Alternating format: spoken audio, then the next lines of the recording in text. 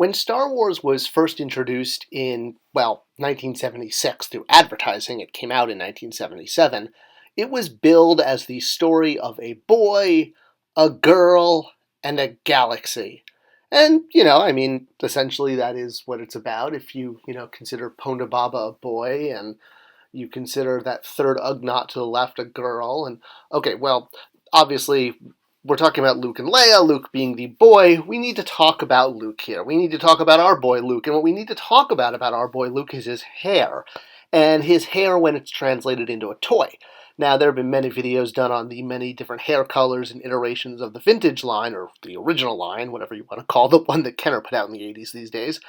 And I'm not talking about the sculpt of his Lego hair. What I'm actually talking about is the part of Luke Skywalker's hair. Yes.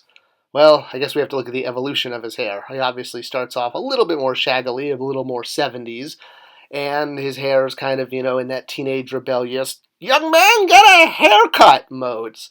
So, by the time he grows up in Return of the Jedi, following his narrow escape and adventures of Empire, well, he's now actually combing his hair. Not just combing his hair, but he's keeping it neat and trim and, parted down the left side.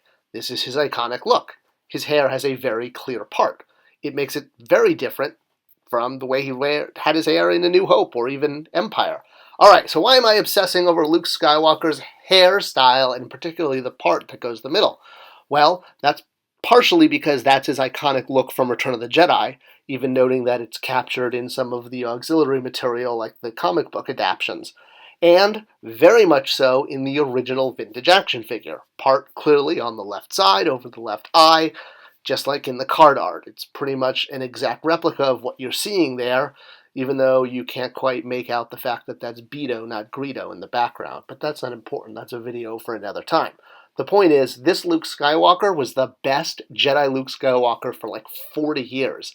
Which is crazy because there's been a lot, right? I mean, we had the Power of the Force 2 one, but hey, wrong color cape, should be brown, not black, and he shouldn't be wearing a glove yet.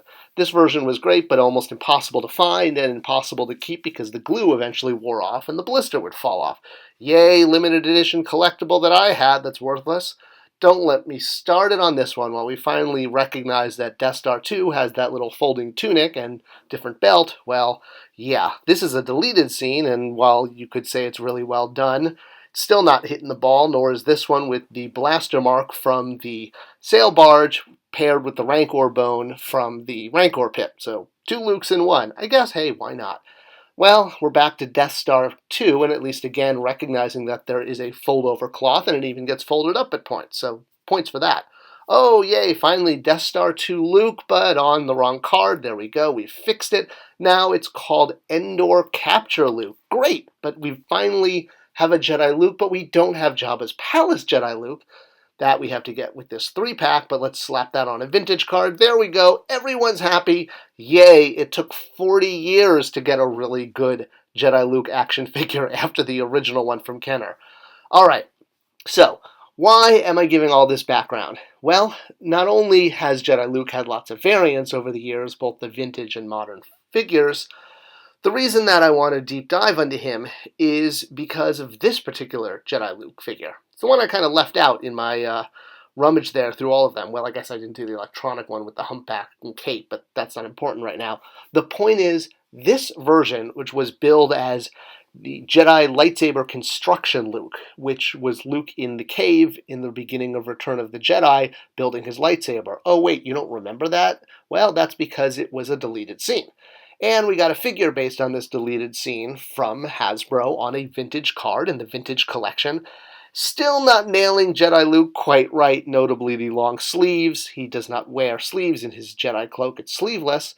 And of course, the bigger issue with fans, and the one that set off all of the fireworks and everyone screaming because the end of the world was happening, and this was proof that Hasbro didn't know what they were doing with Star Wars, is because of his hair part. All right, look at Luke here on the sail barge, right? Yes, the part is on the left. Now, the only time we've been able to see the deleted scene of the lightsaber build when it was finally released, well, at least officially, on Blu-ray as one of the added bonus features. So, hence, for this new reveal and this new marketing push, now you should buy Star Wars on Blu-ray because not only can you see these deleted scenes, which are obviously major candy for people who already own Star Wars multiple times on VHS and Laserdisc and DVD and now Blu-ray. Now we have it on streaming, but still special for the Blu-ray. And this scene of Luke building his lightsaber in a cave near Obi-Wan's house, while it's also hinted at in the Shadows of the Empire work, really the reason it was deleted is because it would ruin the surprise of the lightsaber popping out of R2 later during the Battle of the Sarlacc. So it makes sense from a storytelling point of view why you would leave this scene on the cutting room floor. Very cool to see. Now, obviously, Kenner Hasbro is not shy about making figures from deleted scenes. Whether it's on purpose or by accident, we've gotten them over the years. This Big Starklighter, in particular, is one of my absolute favorite figures in the whole line because it's from a deleted scene. Alright, so back to the Blu-ray deleted scenes. In addition to Jedi Luke building his lightsaber, there was also an alternate scene leaving Tatooine through a sandstorm. But this dialogue was just moved as a voiceover and replaced with shots of the X-Wing and the Falcon leaving Tatooine. Cut down on running time. Now, we've gotten figures based on this scene in the past. We got Han Solo and we got the already shown Luke Skywalker in their sandstorm running away attire because, hey, anytime you can do a variant of a main character, that's like printing your own variants of that character. And you could finally complete this scene now with a special collection from Hasbro commemorating the Blu-ray, which not only contained missing figures from this particular scene, Lando and Leia, but with minimal new parts. We got a more deleted scene Mon Calamari pilot, we got Major Kraken, and we got Jedi Luke in his lightsaber build, because that's what he did. That's what he did?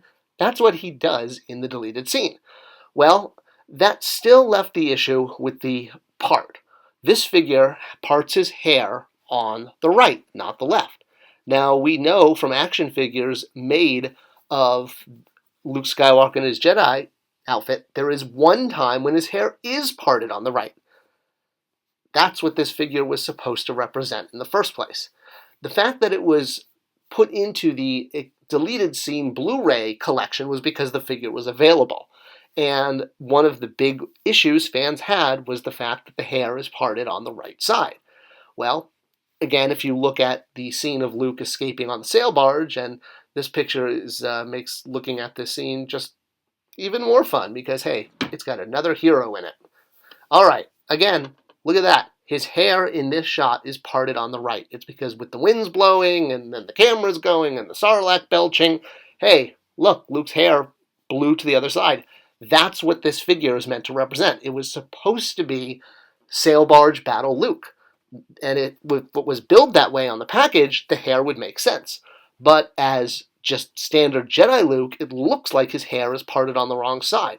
And I think Hasbro got some really unfair flack over this, because fans, I remember at the time, were really coming out of the woodwork saying, Hasbro doesn't know what side of the part should be on Luke's hair. But yeah, I mean, look at the scenes. His hair does blow the other way, and it was cool to have that as a different Luke. So hopefully this will help look at this figure in different perspective, and instead of being one of the sort of more despised Jedi Lukes, it can be looked at as, wow, that's the first and only time we've gotten sail barge battle Luke. You just ditch those extra accessories and that incorrect cloak with the sleeves, which I guess makes it a jacket. I don't know. But he doesn't have sleeves. The point is, without that, with the lightsaber, you now have a sail barge Luke. And that's what this figure was meant to represent before it was changed in the middle of the process to work with the current promotion for the Blu-ray. Happens all the time in toys. And I thought this little insight would make this figure just a little bit more, interesting and fun to collect. Especially because of all the slack that Hasbro got that they didn't deserve. If you like this video and like more toy mysteries solved, let me know in the comments below. I love hearing what topics you guys have, and I respond to as many comments as I can. Thanks for watching, and I'll see you next time.